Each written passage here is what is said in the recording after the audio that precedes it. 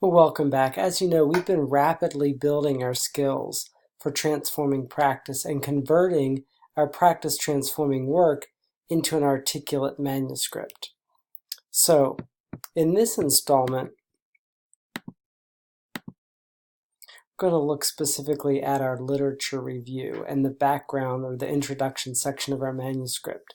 We're going to understand a little bit more about the process of conducting our literature review and then summarizing it in our introduction section. So if you imagine yourself on a hot summer day in Atlanta, either as a resident here or coming for a semester Saturday in the summer, you might find that a really cold glass of water infused with oranges provides you with a little bit of refreshment and a little bit of ease for the hot, oppressive, humid sun.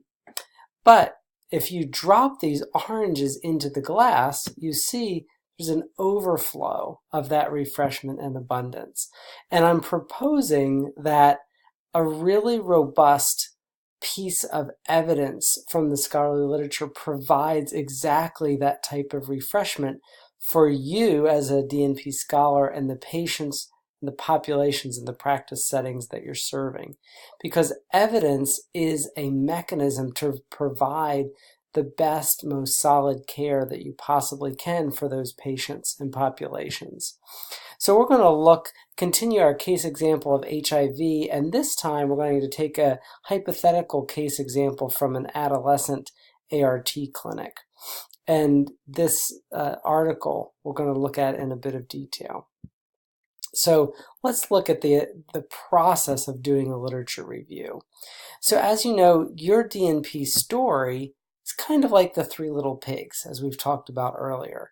It follows the ancient Greek narrative structure when you design a manuscript that's robustly anchored in the scientific literature and the practice, uses methodology to address a specific gap, finds results that help to fill that gap and that can be extended and communicated for research, for practice, scholarship, and policy. So as you think about your transformational journey in improving scholarship and practice, there are some building blocks that will help you to do that as effectively as possible. One is having a clear structure for your manuscript, and this is guided by the DNP template that is a way to structure your thinking around the introduction section, for example. So there's some structures that can help guide your writing. It also has to be clear, understandable, follow standard conventions of written English, as well as the formatting structure of the journal. And then memorable. The way that you craft your scientific story in a memorable way is borrowing from this ancient Greek narrative, where you're crafting an overall story of your project that can stick in your reviewer and your reader's mind. And those three resources come together to help enable your manuscript to be publishable and to be shared more broadly in the scholarly community. So how do you go about doing that? Well, we're borrowing from Melnick's evidence-based practice process. And if you've used Melnick's book in the past, you know that step one of her process is to ask a clinical question.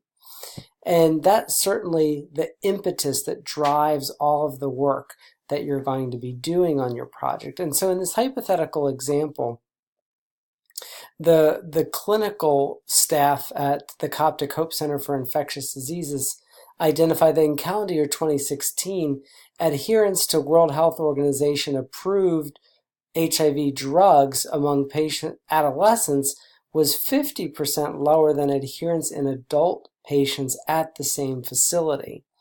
So that problem, hypothetically, then prompted an evidence-based practice search.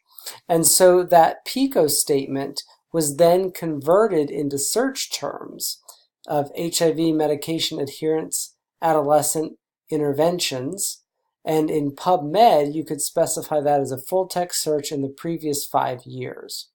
So if you ran that search, you would then get 102 scholarly journal articles. And as you begin to determine which of those 102 you want to use in your collection, Melnick suggests that you search first for synthesis articles or review articles. And one of the ways that you can start to look for those is to convert your PICO question or your problem statement into search terms. But you also have to think about the context where you're going to be taking the literature. That's part of the lens that you use in deciding which studies to keep. And one way to do that is to scan the abstract and use an understanding of the setting of that manuscript to decide whether or not you're going to keep this study for your own literature review. So when you begin to identify articles, you first run the search with PubMed. We're not using any other databases, so we have found 102 articles. Then we're going to screen them. You can kind of go through to see if your literature from other sources in the PubMed search has any duplicates. And for this hypothetical example, we're going to limit our look at 20 of those articles. And some of this information is in the DMP manuscript template that's on the course website. Then of those 20, we're going to screen them. And when we screen those articles, we'll have found that one is descriptive, so it doesn't fit our situation. One is for pre-exposure or post-exposure prophylaxis, rather. And there are several that deal with substance abuse and methadone treatment. So then those are excluded from our 20. So we take our 3 out of our 20 and we're left with 17. Then we need to review the abstracts and see which ones are eligible for being included. And once we go through those abstracts, with our PICO question in mind, we will have identified that 2 articles aren't relevant because one deals with jails and correction and one deals with measuring adherence. Those aren't our particular question, so we exclude those, and then we're left with 13 that can be included out of our original 102. So that's a way that you can use a literature study flow diagram to summarize the work that you're doing in reviewing the literature. Then once you have those articles, 13 in our case example, we need to rapidly appraise them. And Melnick suggests that you keep the valid and reliable studies, then screen them to see which ones you should keep for your work, and then use an evaluation table to move toward synthesizing the findings of those articles for your own work. So that evaluation process, we're taking a look at this article by Santillan in 2015, the Information and Motivation and Behavioral Skills Model of ART Adherence Among HIV-Positive Adults in Mexico. So this is looking at a theory of behavior and how that can be used to understand whether or not people take their HIV medicines. So if we go through Melnick's evidence evaluation table thinking, you start with the reference and the year, and then what theoretical model is used. So if you read this article, you'll see that they use the information, behaviors, and motivation theory. That theory suggests that patients with sufficient information and motivation to act that also have the skills to behave in a certain way will effectively make behavior change. So that's the theoretical model that the authors are building this work on. So when you go back and look further, you'll see they've used a convenient sample. It's cross-sectional, so they've gathered data at one point in time from an HIV clinic. They're looking at HIV-controlled patients in Mexico. These are primarily adults from 18 to 69 with an education that's less than high school. The intervention they use is measuring motivation, behavior, and HIV markers. So the key variables, they measured adherence in 3 different ways. They used viral load and CD4 count as markers of disease severity, and then measurements of knowledge, motivation, and behavior. They used statistics of correlation coefficients to show the strength and direction of relationship between these components. And you can see what they found is that motivation correlates with behavior, so it has a 42% correlation. So motivation is related to behavior, but not to adherence to HIV medication. There were some behaviors that did correlate with adherence, including the relationship the patient had with the primary care provider, if they were informed of the treatment, and the ease of taking their medicines when they're ill. But you can see these correlation coefficients at 20-ish% are very weak. So they didn't find strong relationships with behaviors and adherence. They did see that motivation was a key driver of behavior. So with our focus on an adolescent adherence clinic, this is a study we could certainly include. Then we need to synthesize the evidence from that for our PICO question.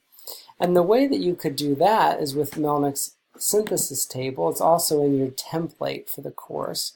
You begin with the author and the year, and then you describe this sample. They had 109 patients, 63% were male, and this was in Mexico at HIV clinics. However, these were not adolescent patients. The mean age was 37.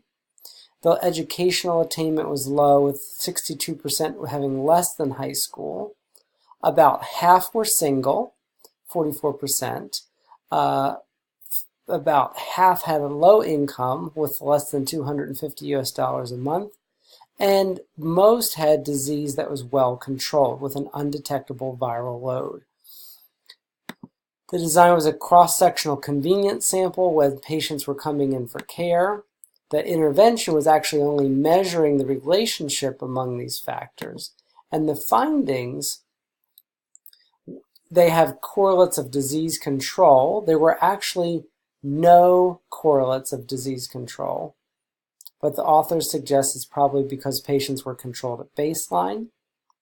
Correlates of 3-month adherence, there were no informational correlates with 3-month adherence, but there were 3 behavioral correlates with relationship with your primary care provider, being informed of treatment, and the ease of taking medication when you're sick. And again, as we said before, the correlates with behaviors, motivation was the absolute strongest one. So you can see using this model, motivation was the key driver of behavior change in this particular sample. So when we're thinking about using this evidence for the hypothetical at the Coptic Hope Center for Infectious Disease adolescent population, we may want to focus in on the motivation of the individual to take their medication.